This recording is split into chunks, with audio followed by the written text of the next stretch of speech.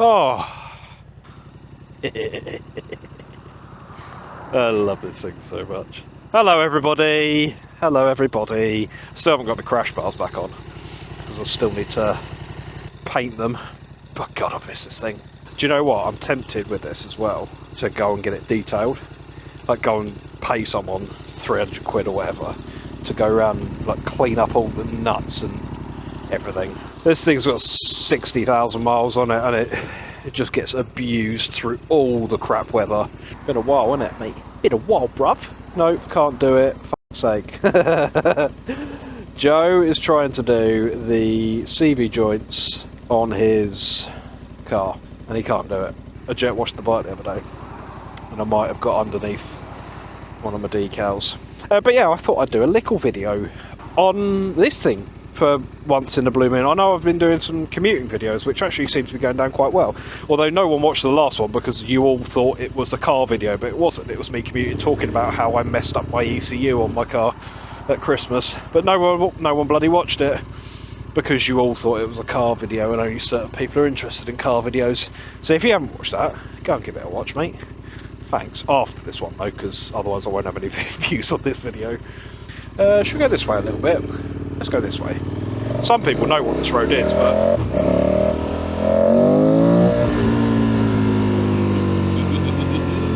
the day... what is the date? It's the 3rd... it's 22nd of February 2026. Pretty much the first day of 2026 that hasn't been biblical rain all sodding day long.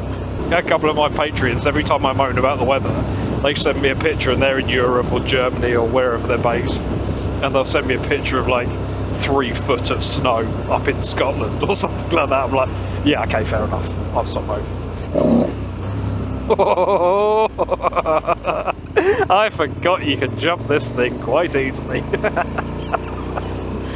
Oh, funny.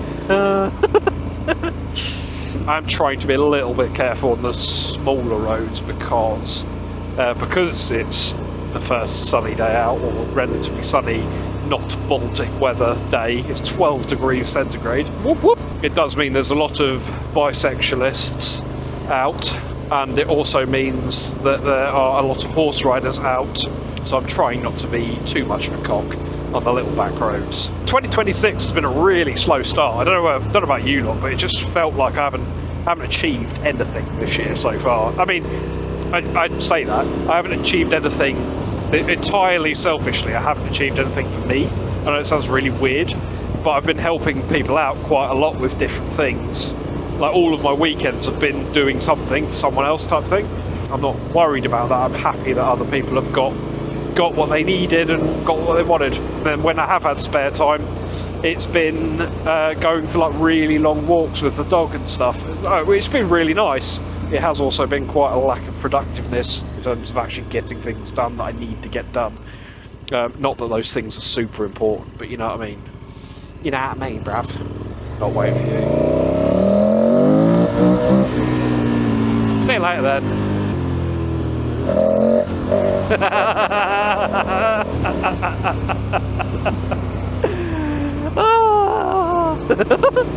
In the last week or so, I've started planning a few little bits, sorting a few little nuggets out, things I needed to get done, like them out. I've started to organise some of the Patreon rides with Mr. Tommy Lindley. He's going to help me out with sort of locations and a bit of a location scout and things like that. He's the one that owns the Grip and Throttle touring company. We've got that. We've got Sardinia later this year, which will be really cool. Cannot wait for that. That's going to be a lot of fun. I'm going to do it on the Super Duke as well because, you know, I've got a high mileage adventure bike that's got plenty of power. But why wouldn't I just do it on a Super Duke? You know, that sounds like the sensible thing to do, right? You know, I could have wind protection and 250 mile range, but nah. It's a Super Duke, bro.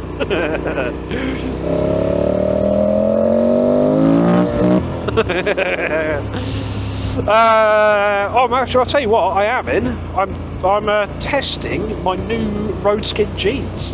Well, you can't really see, but they're jeans.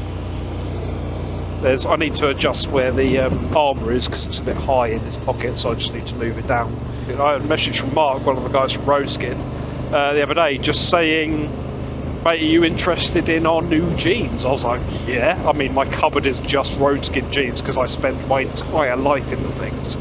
So far I've got the Paranoid-X, which is their wintry kind of mid-season ones, and I've got the Taranis Elite, which are like the summery ones, and they've been fantastic. I've done, I don't know, 40,000 miles, 50,000 miles in Roadskin jeans. Very, very happy with those. They're just so comfortable. They're like, you're honestly, you're riding along in a pair of normal jeans. And then he messaged me about these ones, which are the new Spencer jeans.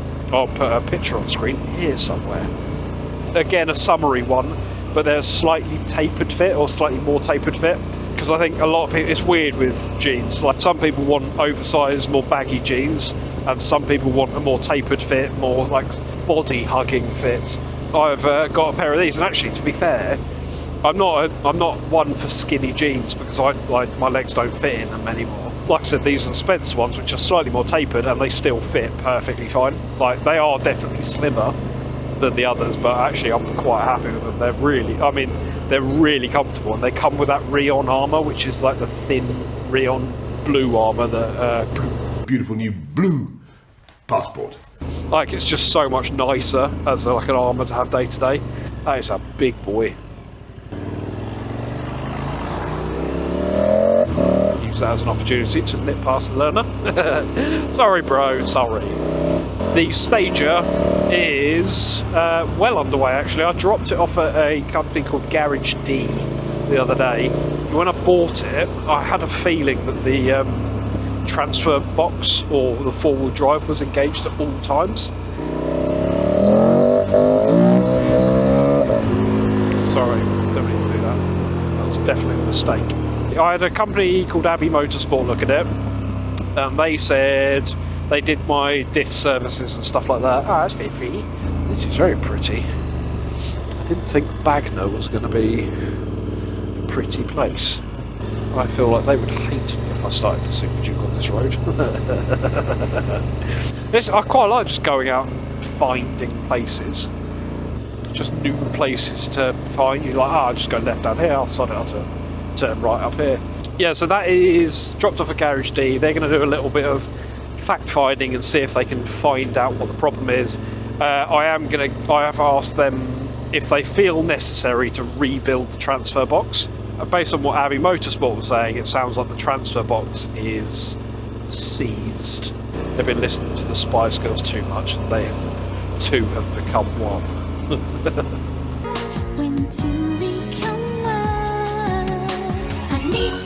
When I get that back, which should be mid next week maybe, I don't know, something like that, I have got some new wheels for it.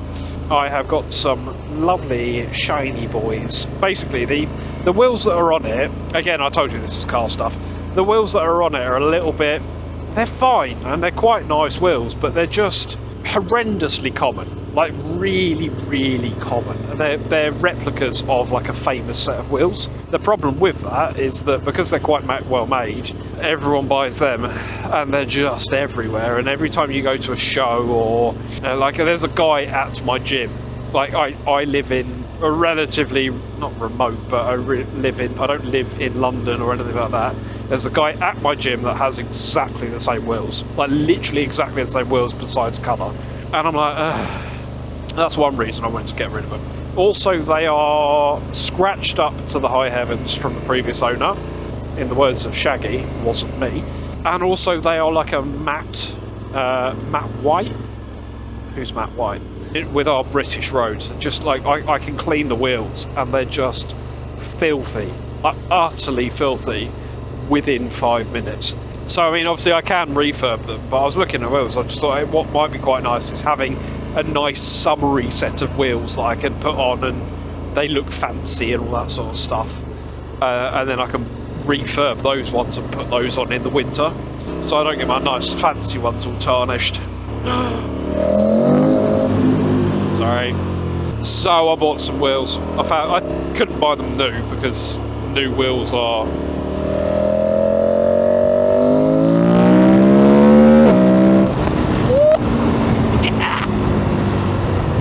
Jesus! Yeah, the wheels I've bought, I mean, I'll show you them at a later date when I've done the car, because I want to lower it a little bit more and I want to do paintwork and all this sort of other bits. But I bought some shiny boys, some SSR MS1s, so you can Google what they are.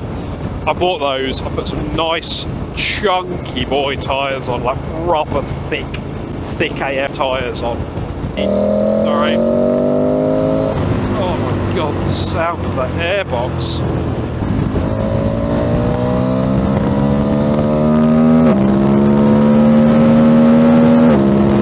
Woo! Jesus! Woo! What a bike!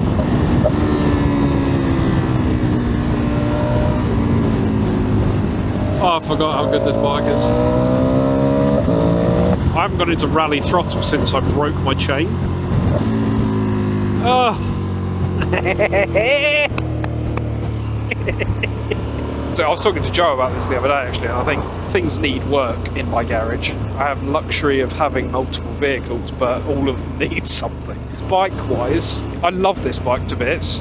Like, adore this Super Adventure. Adventure bikes for me now are a little bit, they're brilliant machines, but they're a little bit overdone. Like everyone I speak to has got an adventure bike, and it's because they're fantastic machines, right?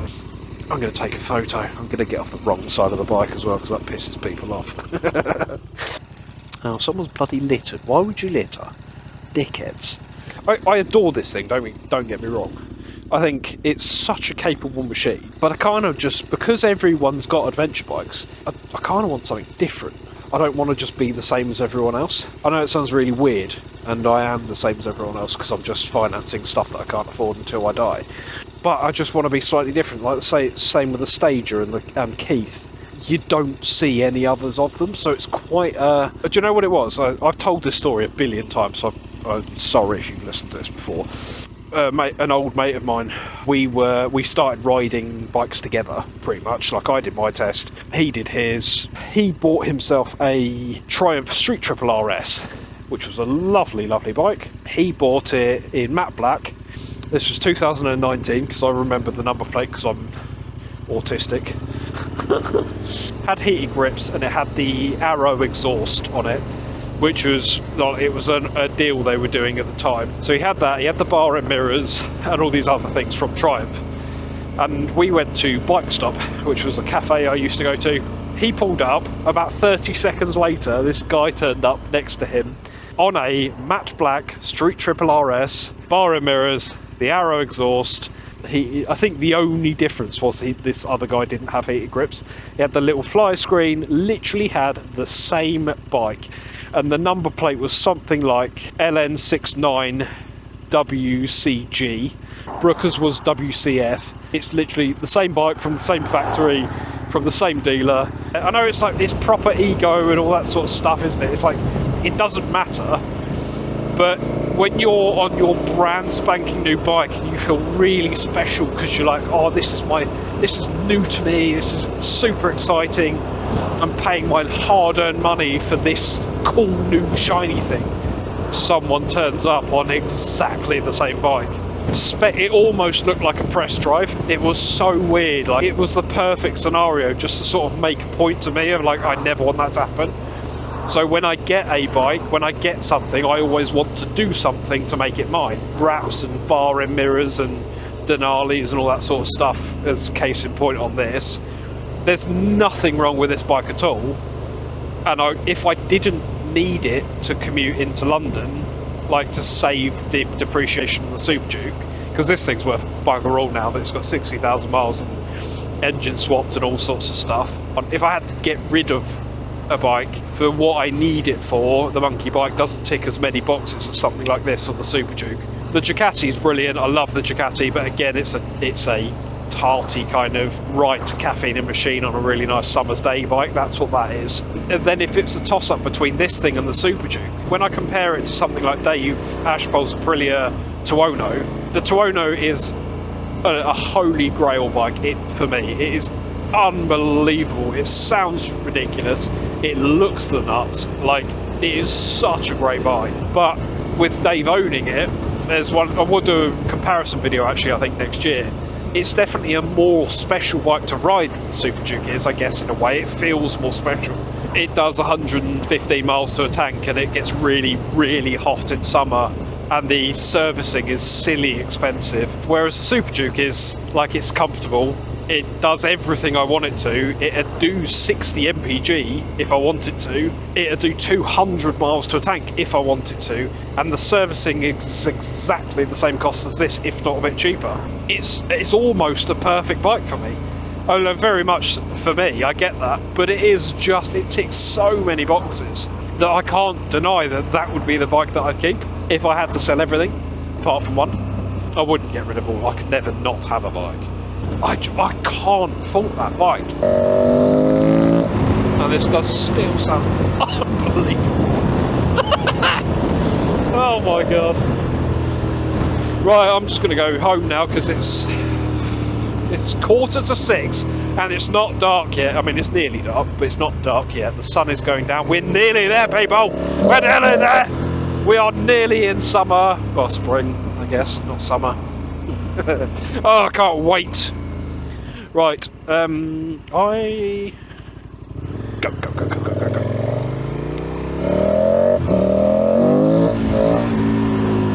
Sorry, I didn't mean to do that. I had to, there was cars coming up behind me, I had to do it. It was a necessary thing. I might put it in rally mode just to see how aggressive it is compared to rally throttle, I mean. Off-road, rally mode. Please close throttle. Let's see how aggressive this thing is now. Because I haven't ridden this thing in rally throttle for about 8 months. Oh. Okay, I remember now.